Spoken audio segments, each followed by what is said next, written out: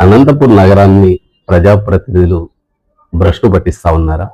మాజీ ఎమ్మెల్యేలు, ప్రస్తుత ఎమ్మెల్యేల మధ్య నగరం నలిగిపోతా ఉందా? నగర అభివృద్ధి పేరుతో ప్రజల్ని విధ్వంసం వైపు, అరాచకం వైపు, అక్రమ వసూళ్ల వైపు ప్రజాప్రతినిధులే ఉసిగొలిపితే, ముఖ్యంగా జిల్లా అధికార కేంద్రంలో కలెక్టర్, ఎస్పీ, ముఖ్యమైనటువంటి జిల్లా అధికారులంతా నిలయమైనటువంటి అనంతపురం నగరంలోని ఇంత పెద్ద ఎత్తున దోపిడీ జరుగుతూ ఉంటే, మాజీ ఎమ్మెల్యే ఇద్దరు సొంత పార్టీ నేతలు 200 కోట్ల అవినీతికి 24 నెలల కాలంలోనే ప్రస్తుత ఎమ్మెల్యే పాల్పడ్డాడు అనేటువంటి ఆరోపణలు, అదే పార్టీలో జాతీయ ప్రధాన కార్యదర్శిగా ఉంటూ మాజీ ఎమ్మెల్యేగా పనిచేసినటువంటి వ్యక్తి ఆరోపణలు వాస్తవమా కాదా? ముగ్గురు నాయుళ్ల మధ్య నడుస్తున్నటువంటి నగర పంచాయతీ, ఒక శ్రీనివాసులు నాయుడు అనేటువంటి కాంట్రాక్టర్తో ప్రస్తుత ఎమ్మెల్యేకి ఉన్నటువంటి విభేదాలు, ఆ విభేదాల మధ్య మాజీ ఎమ్మెల్యే ప్రభాకర్ చౌదరి గారు పెట్టినటువంటి మీడియా సమావేశంలో మాట్లాడినటువంటి వ్యాఖ్యలు వాస్తవమా కాదా?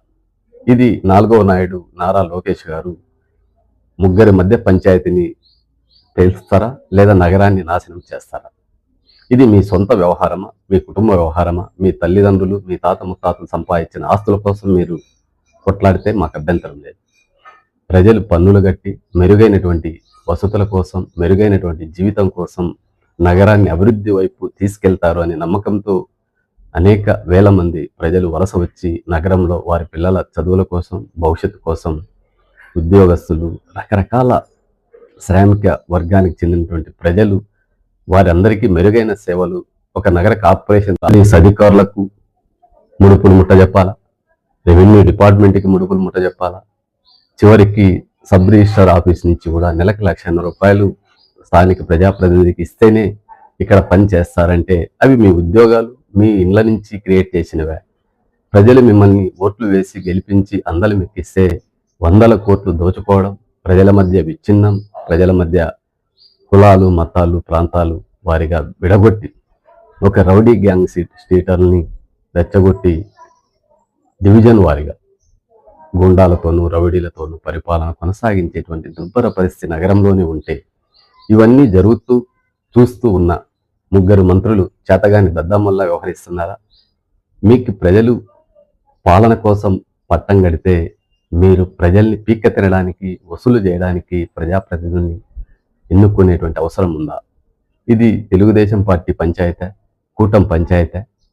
నిజంగా ప్రభుత్వం అంటే ప్రజల కోసం పనిచేయాలి, ప్రజల అభివృద్ధి కోసం పనిచేయాలి, ప్రజల సంక్షేమం కోసం పనిచేయాలి.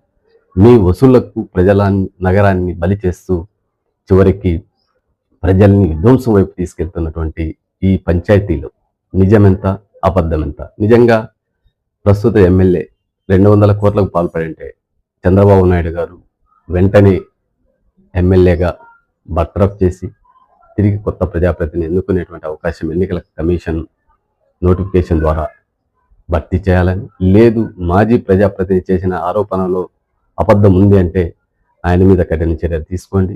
ఇది నాయుళ్ల పంచాయతీ కాదు. నగర అభివృద్ధి కోసం మీరు ఏం చేస్తున్నారు? మిమ్మల్ని ప్రజలు ఎన్నుకున్న దానికి, గౌరవం ఇచ్చిన దానికి దోచుకుంటూ, ప్రజల్ని హింసిస్తూ, భయభ్రాంతులకు గురి చేసే హక్కు మీకు ఎవరిచ్చారు?